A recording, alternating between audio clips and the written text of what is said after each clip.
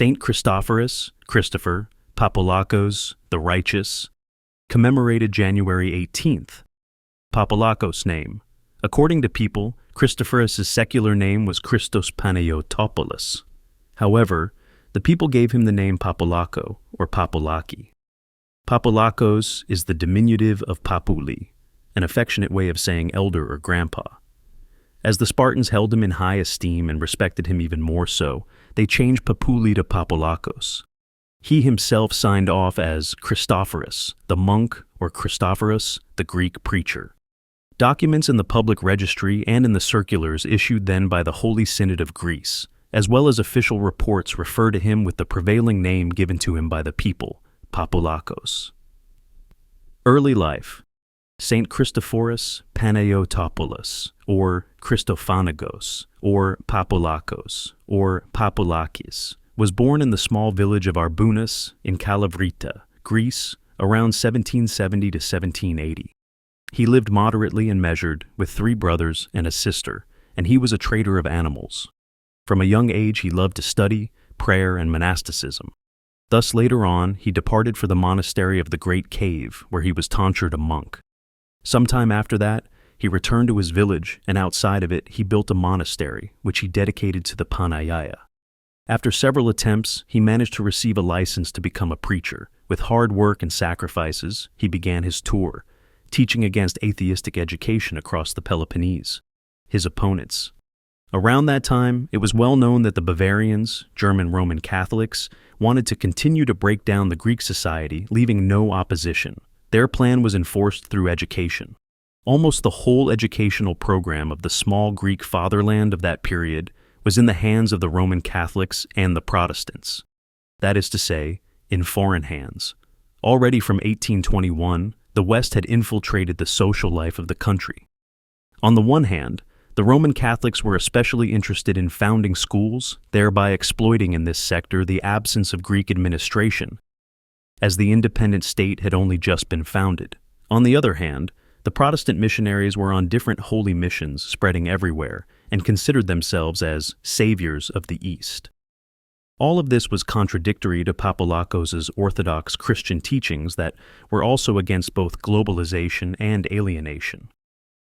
In 1833, the Church of Greece split from the Ecumenical Patriarchate, led by Theoklitos Pharmakidis, and instigated by Georg von Maurer.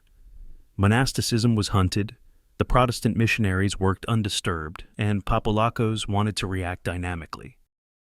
In 1848, Papoulakos went to Athens to ask permission of the Holy Synod of the Greek Church to preach the Word of God. The Synod, however, refused to give him permission.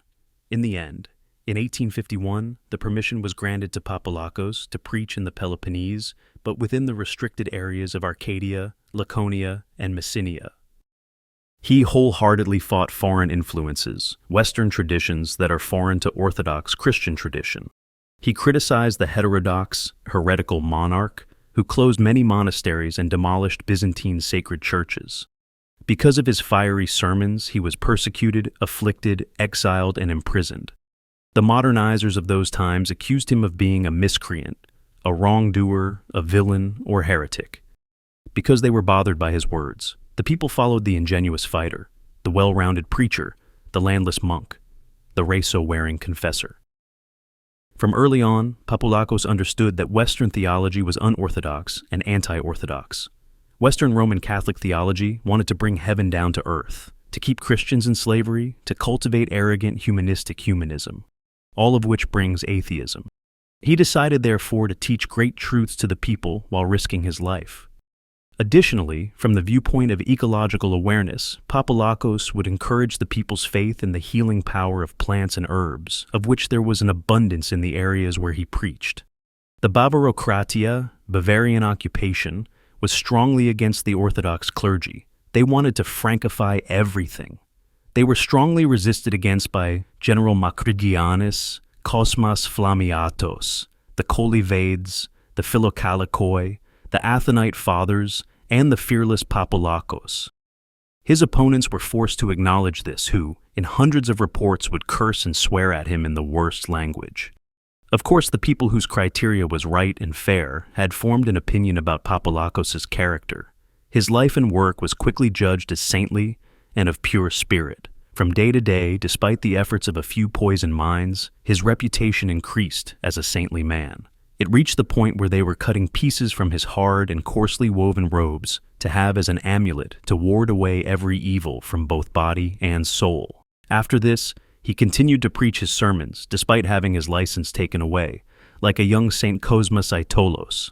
Many were hostile to him, like Adamantios Korais, Theophilos Kairis, Theoklitos Pharmakidis, and others. Because of his work, he was captured in 1851 in Achaia for the first time. The people listened to him with attention and loved him very much.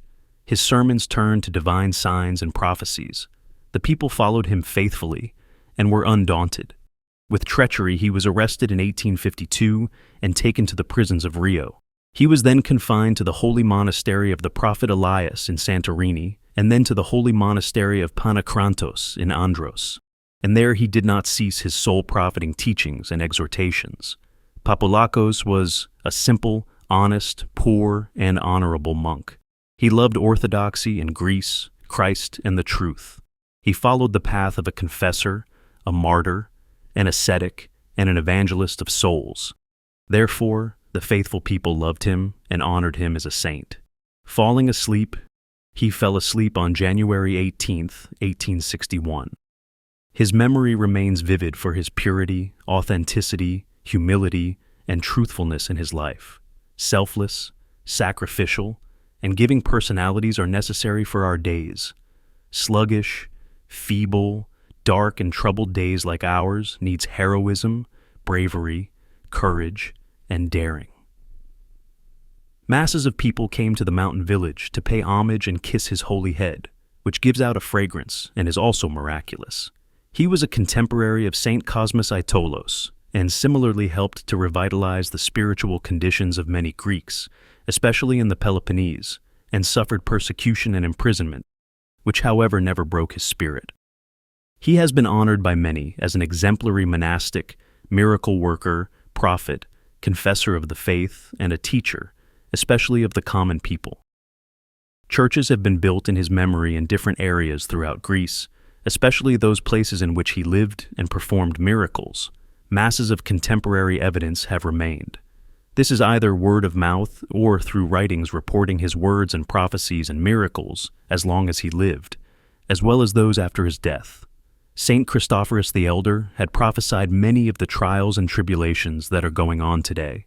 May Saint Christophoros Papoulakos intercede for us all. Kyrie eleison, Kyrie eleison, Kyrie eleison, Kyrie eleison, Kyrie eleison, Kyrie eleison, Kyrie eleison, Kyrie eleison, Kyrie eleison, Kyrie eleison, Kyrie eleison, Kyrie eleison, Kyrie eleison, Kyrie eleison, Kyrie eleison.